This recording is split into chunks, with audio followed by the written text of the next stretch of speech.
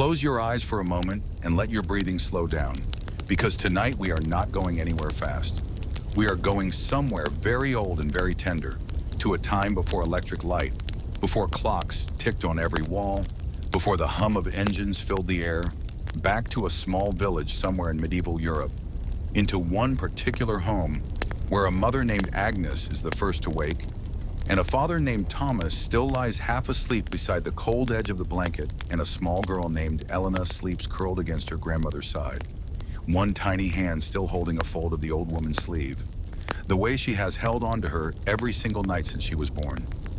There is also a quiet older boy in that house, Elena's brother, a few years ahead of her, named Marek, who sleeps near the wall with one arm thrown over his face, already half a man in his chores, though still, in sleep, entirely a child.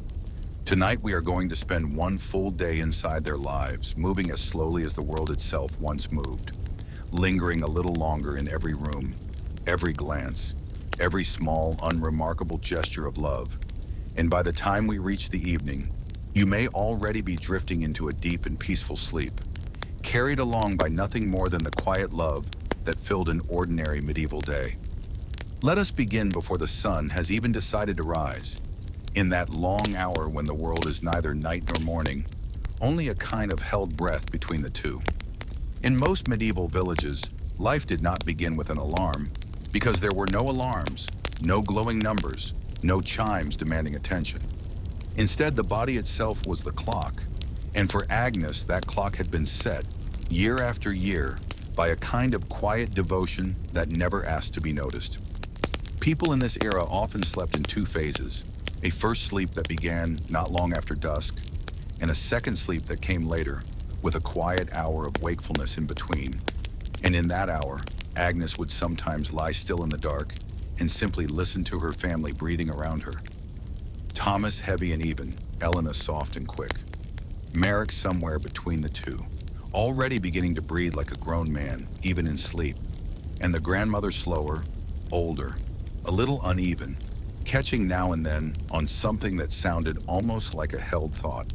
There was something in that sound, in those four different rhythms of breath, sharing one small room, that filled her chest with a feeling she never had quite the right words for. Something between gratitude and a quiet, nameless fear of losing it. Outside the window, the world was utterly black and silent, lit only by starlight, and Agnes would sometimes think, in that fragile hour, that she would give anything, anything at all, to keep this exact moment from ever ending, to hold the room exactly as it was, every breath, every body, every small warm weight under every blanket, frozen safely just like this forever. Sometimes in that quiet hour, she thought of her own mother, gone now several winters, and wondered if her mother had once lain awake in just this way, listening to Agnes breathe as a child, feeling this exact same ache. It was a strange comfort, imagining that ache stretching backward through her own family like a single long thread. Mother after mother lying awake in the dark, loving fiercely and silently, none of them ever quite finding the words for it, all of them somehow understanding each other perfectly across all that distance of years. When true morning came, it arrived gently, not with sound but with a change in the color of the dark. The sky would soften first, turning from black to the deepest blue, and somewhere a rooster would announce this change long before the sun itself appeared. Agnes always rose first because the fire needed tending before anything else could happen. And there was a tenderness in this small, repeated sacrifice that she rarely thought about. The way she gave up her own warmth each morning so that the room would be warm by the time the others woke. She would slide out from under the blanket inch by careful inch so as not to wake Thomas, tucking the edge back around his shoulder before her bare feet even touched the cold floor. The hearth fire, banked carefully the night before, had to be coaxed back into life, and she knelt there in the cold and the dim light, her breath visible in the air, blowing softly on the dying coal, watching for that first thread of orange the way a person watches for any small miracle they have learned. Through long practice, to trust will come.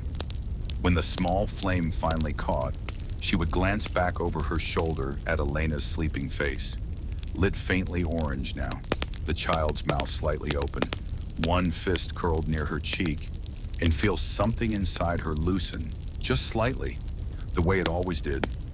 There are mothers who have knelt before fires like this in every century since fire was first tamed, and something in that small act, repeated across all of human history, carries a kind of love too quiet to ever be written into any history book.